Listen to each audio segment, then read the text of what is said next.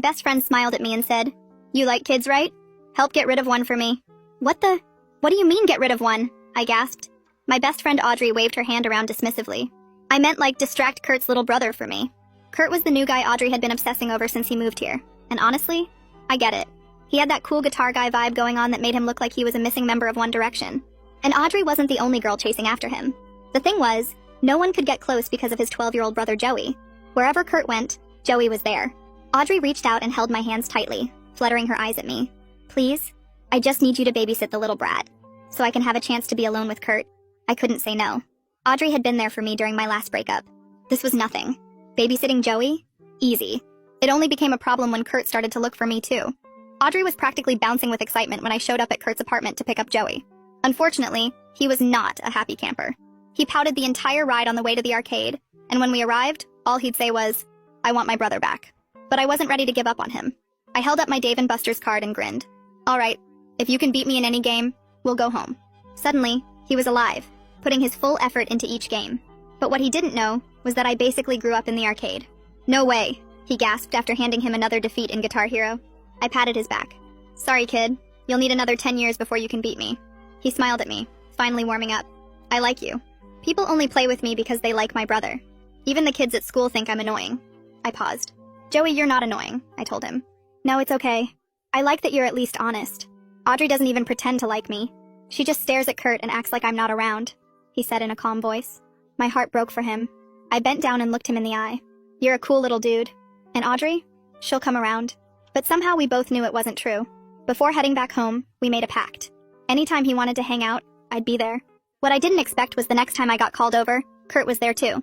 First he showed up just to check in on things, until he stayed to hang out with us completely. Joey pouted at Kurt. "You're interrupting our gaming time." Kurt and I grinned at each other. He held his hands up apologizing. "Wow, I didn't think my own little brother would try to kick me out," he joked. "You must really be something." Kurt stared at me with a soft, romantic smile. When Joey saw my face turn red, he glared at Kurt and covered Kurt's face. No flirting with my playdate." We all burst into laughter. The three of us fell into something I didn't expect. Kurt would bring pizza, Joey would pick the movie, I'd make popcorn. Joey started falling asleep on my shoulder halfway through whatever superhero film he'd chosen, and I'd fall asleep on Kurt's shoulder.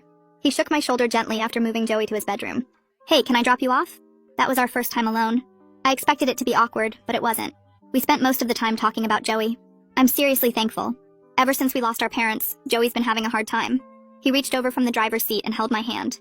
Everything felt right, until I remembered something crucial. Audrey. In the morning, Kurt texted me. "Would you want to get dinner together later?" Without Joey for once. Like, just us? I stared at my phone, reading it over and over until Joey texted me too. "Please say yes to Kurt. If you date him, we can hang out all the time. Please, please, please." Before I could say yes, Audrey called me sobbing into the phone. "I thought we were getting closer, but Kurt's been so distant lately. I don't know what I did wrong. He barely responds to my texts anymore. Can you come with me to their house? I need to talk to him face to face. I can pick you up in 10 minutes. I couldn't breathe. Couldn't even respond to any of them. I just knew whatever I chose, I was going to break someone's heart. I sit on my bed staring at my phone screen until the words blur together. Kurt's dinner invitation sits in one thread. Joey's all caps begging sits in another, and I can still hear Audrey's voice cracking through the phone asking me to come with her in 10 minutes. My thumb hovers over the keyboard, but I can't make it move. I open Audrey's thread first, because she's literally waiting for me right now, and type out that I can be ready in 20 minutes instead. The guilt hits as soon as I press send, because I need those extra 10 minutes to figure out what I'm going to say when we get to Kurt's place.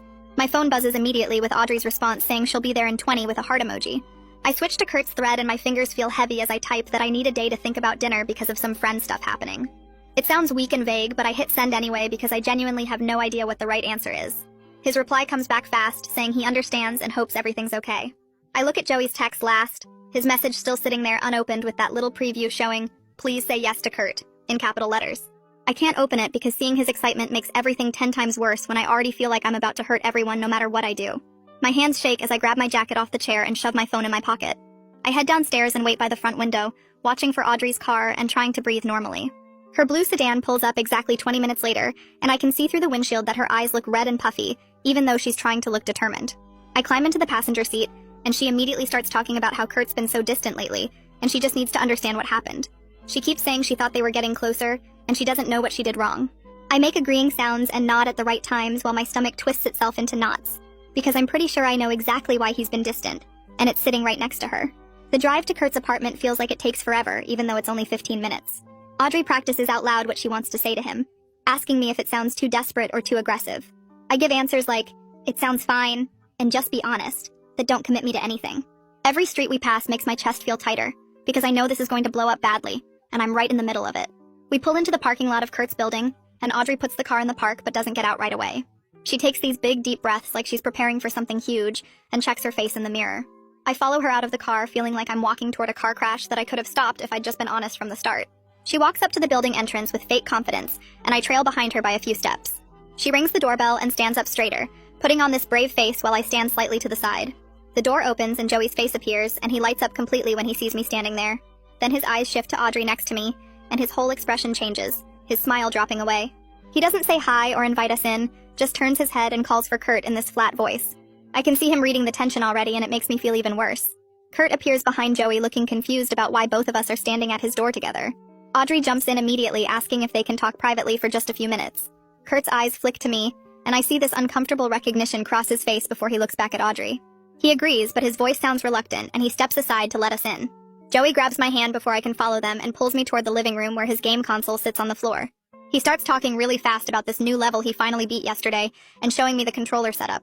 I try to focus on what he's saying, but I can hear Audrey and Kurt's voices coming from the kitchen, muffled but clearly serious. My stomach feels sick because I should be honest with everyone about what's happening, but I have no idea how to do that without destroying everything. Joey keeps talking about some boss fight he finally beat, but his voice sounds far away because I'm trying so hard to listen to what's happening in the kitchen. I catch pieces of Audrey's voice saying something about thinking they had something special, and Kurt responding in this calm, gentle tone that somehow makes it worse. Joey stops mid-sentence and looks at me with this expression that's way too knowing for a 12-year-old. His shoulders go stiff, and he sets the controller down on the carpet instead of handing it to me like he was about to. We sit there in this awful silence, where the only sound is the muffled conversation from the other room and the quiet hum of the gaming console. I want to say something to Joey, but nothing comes out because what am I supposed to tell him when I can barely handle what's happening myself? He picks at the edge of the controller and won't look at me anymore. The minutes drag by feeling like hours, and I count the seconds in my head trying to distract myself from the guilt eating through my chest. Finally, I hear footsteps and Audrey appears in the living room doorway. Her eyes are red and puffy, but she's got this bright fake smile plastered on her face that makes my stomach hurt. Kurt follows behind her looking sorry and uncomfortable, and I can see him trying to figure out what to say. Audrey announces in this too cheerful voice that we need to go now, and thanks Kurt for his time. Joey's hand tightens around the controller so hard his knuckles turn white, and I notice but can't do anything about it right now. I stand up too fast and feel dizzy for a second. Kurt's eyes find mine and there's this question in them, like he's asking if I'm okay or maybe asking something else entirely. I can't deal with whatever he wants to know right now because Audrey is already heading toward the door and falling apart right in front of me. I give Joey this quick little wave that feels totally wrong for the situation and follow Audrey out into the hallway. The door closes behind us with this soft click that sounds way too final. Audrey walks fast toward the stairs, and I have to hurry to keep up with her.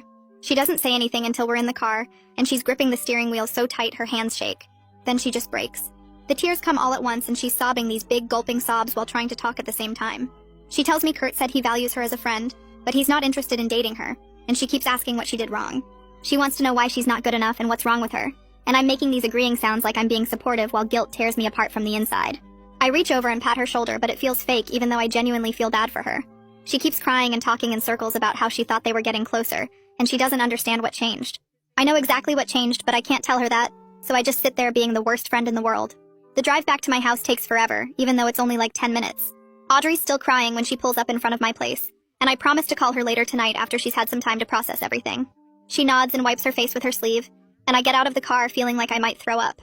I watch her drive away and then go inside. My legs feel weak climbing the stairs to